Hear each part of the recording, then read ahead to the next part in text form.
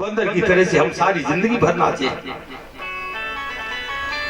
आप देखें, आपका पंखा लगा है घर में, चुपचाप खड़ा है बेचारा, और बटन दबा दिया, बिजली प्रवाहित हुई, तो जब तक बिजली रहेगी तब तक नाचता रहता है। पंखे में स्वयं नाचने की शक्ति नहीं है, पंखा स्वयं नहीं नाचता और बिजली भी स्वयं नहीं नाच रही है। लेकिन जब दोनों का संयोग हुआ, ये माइक्रोफोन है, लोहे का बना है, मैं बोलता हूं धीरे, आवाज जाती है दूर तक। कब जाती है? जब इसमें विद्युत प्रवाहित हो रही है। ये कनेक्शन बंद हो जाएगा, ये बोलना बंद कर देगा। ये जड़ है, क्रियाशील नहीं है। वैसे ही शरीर है, जड़ और चेतन को जोड़ के जहां के बीच शाखा मृग जैसा कौन जग में नचा गया। कौन नाचा? जो नाच रहा है वो कौन है? कौन नाचा? कौन गाया? कौन ने मनाया मोद? नाच देख के खुश को भयो। कौन वाद्य यंत्र भांति भांति से बजा गया? ये और गम पे ढोलक चिमटा मजीरा किसने बजाया? कौन वाद्य यंत्र भांत भांत से बजा गया? कौन आप, कौन पुण्य, कौन पाप, कौन जय हिंद को सब कान में बता गया। ए तो अन्न, एते फल, एते पकवान सब, और तूने नहीं खाए तो फिर कौन कहो खा गया। इतना गल्ला पैदा करते, इतने फल पैदा होते, इतनी मिठाइयां बनती, और तू नहीं खाता तो कौन खाएगा। अजब खेल है उस परमात्मा का। आप देखिए, शरीर जड़ है और जड़ के साथ चेतन का जब संबंध हुआ, चेतन मिला, शरीर क्रियाशील हो गया, क्रिया करने लगा, दौड़ने लगा, हंसने लगा, लड़ने लगा, बात करने लगा, कथा कहने लगा, कथा सुनने लगा। संतों ने लिखा है, जब तत्व के द्वारा हम ये समझ जाएं कि हमें और उस ईश्वर में कोई अंतर नहीं है, हम दोनों एक हैं, उस समय हम सच्चे ज्ञानी होंगे। आप देखिए, 4 वर्ण हैं हमारे यहां, ब्राह्मण, क्षत्रिय, वैश्य और शूद्र। 4 वर्ण। भगवान से पूछा, प्रभु वर्ण? गीता में भगवान कन्हैया ने कहा, 4 वर्ण मया सृष्टि। ये ब्राह्मण, क्षत्रिय, वैश्य, शूद्र मैंने बनाया। हाथ जोड़ के पूछा, प्रभु इसका मतलब है कि आपने इंसानों का बंटवारा कर दिया, किसी को ब्राह्मण बना दिया, किसी को क्षत्रिय बनाया, किसी को वैश्य बना दिया, किसी को शूद्र। आपने इंसान का बंटवारा कर दिया, मनुष्य जाति 4 भागों में बांट दी। भगवान ने कहा, नहीं तो मानव जाति एक है। वो कहते फिर 4 वर्ण। तो आगे गीता में भगवान कन्हैया ने बताया है, मैं नहीं कहता गुण कर्म विभाग सा, गुण कर्म विभाग से। भगवान कन्हैया कहते हैं, गुण और कर्म के आधार से मैंने वर्णों का बंटवारा कर दिया। एक बार मैं सच्चाई की तरफ ले चलूंगा आपको। ब्राह्मण, क्षत्रिय, वैश्य, शूद्र है क्या? ये 4 वर्ण क्या है? शूद्र क्या है? शूद्र माने ये मानकर बैठा है इंसान, जो जिसे नीच जात कहते हैं हम अपनी भाषा में, ग्रामीण भाषा में या पागलपन की भाषा में। लेकिन मैं कहता हूं, शूद्र किसी जाति का नाम नहीं है। शूद्र कौन है? हम और आप। स्मृति में अत्रि जी ने लिखा है, जन्मना जायते शूद्रा। जब हमारा जन्म होता है तो हम सभी शूद्र पैदा होते हैं। सब शूद्र होते हैं, ना हम ब्राह्मण होते हैं, न वैश्य होते हैं, न क्षत्रिय होते हैं, हम शूद्र होते हैं। सब शूद्र होते हैं। जन्मना जायते शूद्र संस्कारात दुज उच्यते। और जो संस्कार होता है तो हम दुज बनते हैं। और दुज का अर्थ क्या है? दूसरा जन्म। दुज ब्राह्मणों से कहते हैं और दुज इन दांतों से कहते हैं। हमारे आपके दांत हैं, दुज माने दांत भी है। क्यों? कि जो दूध के दांत उखड़ते हैं और दोबारा जन्म लेते हैं ये दांत, इसलिए इनको भी दुज कहा है। वैसे ही जो हमारा जन्म हुआ उस समय हम शूद्र थे। संस्कार होने के बाद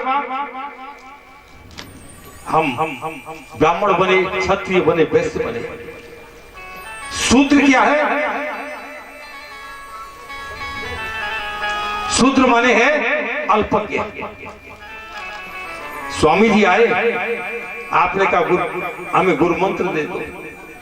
स्वामी जी ने बता दिया कि ये मंत्र है, ये मूर्ति है, इस मंत्र का जाप करो, इस मूर्ति का ध्यान करो। आपको कुछ पता नहीं है। पहले दिन जब भजन करने बैठे, माला जपने बैठे, उस समय हमारी अवस्था शूद्र की है। शूद्र माने अल्पज्ञ, अज्ञानी, कम जानकार। शूद्र किस जाति को नहीं कहते। आप देखें, जब हमने साधना की, भजन किया और धीरे धीरे धीरे धीरे भजन करते रहे तो भजन से कुछ शक्तियां प्राप्त होंगी आपको। और जब शक्ति मिल गई तब हमने कुछ कमाई कर ली भजन करके, तब हम वैश्य बने। और वैश्य बनने के बाद तीसरी अवस्था होती है क्षत्रिय की। क्षत्रिय कहते उसे। और क्षत्रिय कौन है? संसार में 3 गुण हैं, सत्य, रज और तम। जब जीव तीनों गुणों पर विजय प्राप्त कर लेता है, तो तीनों गुणों को मारने की शक्ति आती है हमारे अंदर, तो हम शूद्र से पहले वैश्य बने और वैश्य से तब हम क्षत्रिय बन गए।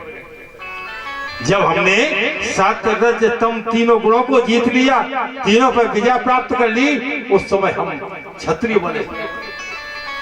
आप ही शूद्र थे, आप ही वैश्य बने, आप ही क्षत्रिय बने। और क्षत्रिय बनने के बाद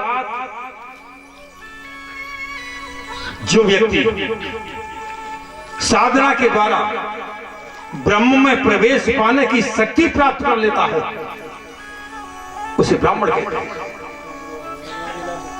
जब तक ब्रह्म में शक्ति पाने की क्षमता हमारे अंदर नहीं आई, हम स्वयं को ब्राह्मण नहीं कह सकते। ब्राह्मण वर्ण में नहीं आ सकते। उससे पहले हम क्षत्रिय हो सकते हैं, वैश्य हो सकते हैं, शूद्र हो सकते हैं, लेकिन वही ब्राह्मण है जो ब्रह्म में प्रवेश करने की क्षमता रखता है। साधना का चौथा सोपान। और जब जीव ने ब्रह्म में प्रवेश पा लिया, उस समय वो स्वयं ब्रह्म बन जाता है। दावे के साथ कहता है, वेद कहता है, अहम ब्रह्मास्मि, मैं ब्रह्म हूं। आप देखें, पहला मार्ग ज्ञान का है। धर्म से विरक्त, योग से ज्ञान। धर्म करो, धर्म से वैराग्य उत्पन्न होगा। कथाएं सुनेंगे आप, राजाओं की बात सुनेंगे तो हृदय में बात आएगी कि जब वे नहीं रही तो हम भी नहीं रहेंगे। धीरे धीरे संसार से हमारा चित्त उपराम होगा, उपराम होगा। गोस्वामी जी ने सीढ़ी बाई सीढ़ी बताया है। धर्म से विरति, वैराग्य, वृत्ति के बाद योग। और योग किसको कहते हैं? योग क्या है? योग माने जोड़। जब बच्चा स्कूल में जाता है तो मास्टर जी उसे जब गणित पढ़ाते हैं तो योग सिखाते हैं, जोड़ सिखाते हैं। संतों के पास जाओगे तो योग सिखाएंगे। आपका योग किससे कराएंगे? जोड़ किससे कराएंगे? उस ब्रह्म से कराएंगे, ईश्वर से कराएंगे। आप देखिए योग क्या है। महर्षि पतंजलि ने अपनी फिलॉसफी में लिखा है, योग दर्शन में लिखा है, जहां चित्त की वृत्तियों का निरोध होता है, हम उसे यूं कहते हैं, चित्त की वृत्तियों का निरोध। हमारे चित्त की वृत्तियां शांत हो जाएं, संसार को ब्रह्म रूप देखने लगे, हम योगी हो जाएंगे। हमारे कपड़े कैसे भी हों, वस्त्र कैसे भी हों, हम बिल्कुल नग्न अवस्था में क्यों न हो, लेकिन यदि हमारा चित्त संसार को ब्रह्म रूप देख रहा है तो हम योगी हैं। कुरुक्षेत्र के मैदान में मोहग्रस्त हुए अर्जुन ने हाथ जोड़कर भगवान श्याम सुंदर से पूछा था, प्रभु योग क्या है? उस समय एक छोटा सा सूत्र दे दिया, छोटा सूत्र लिया।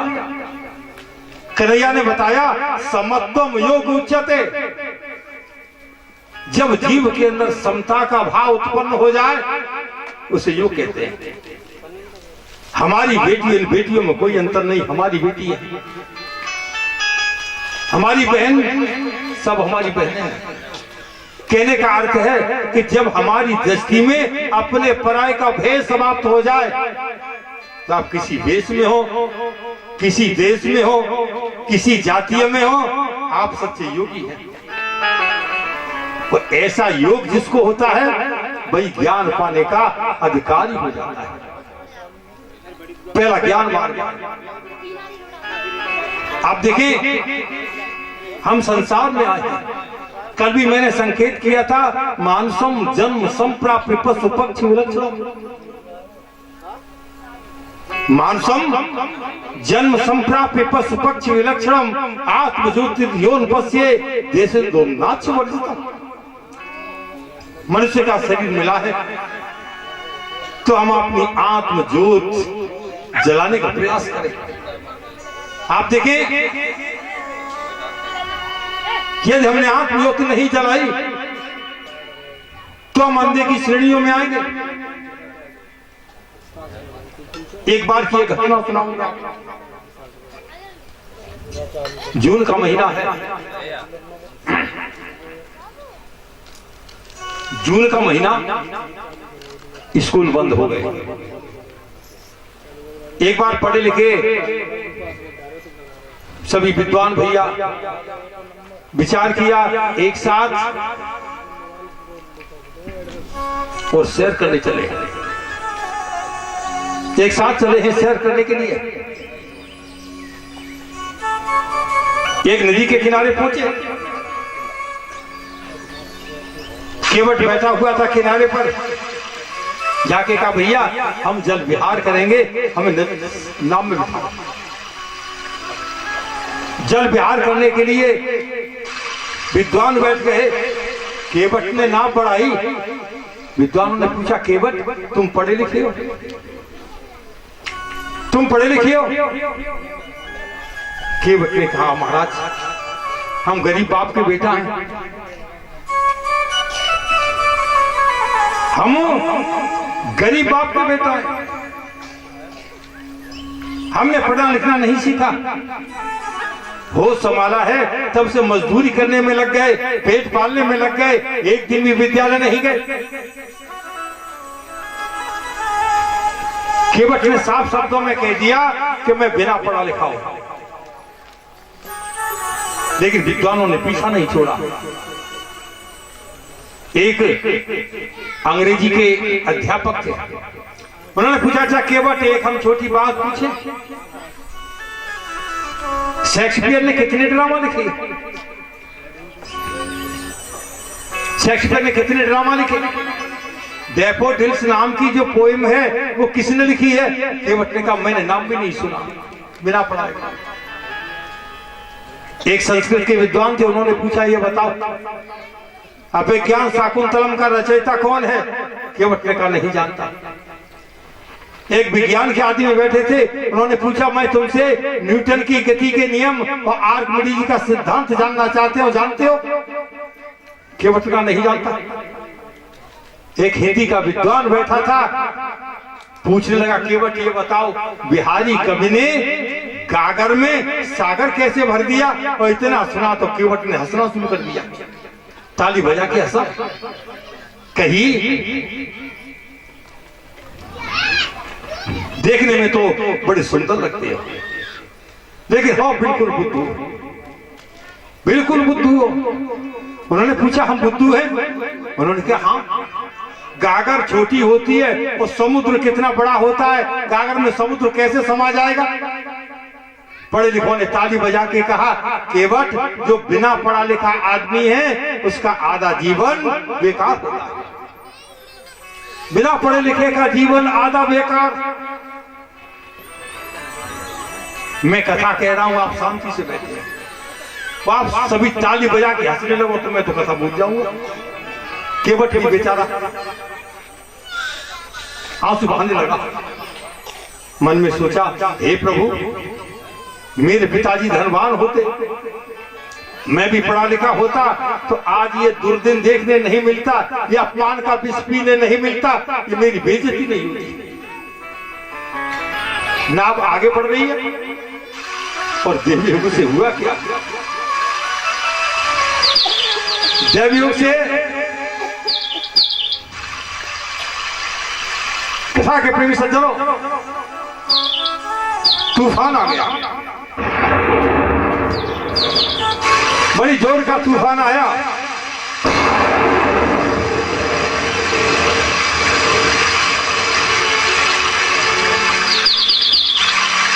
तूफान आया तो नाव भीगने लगी।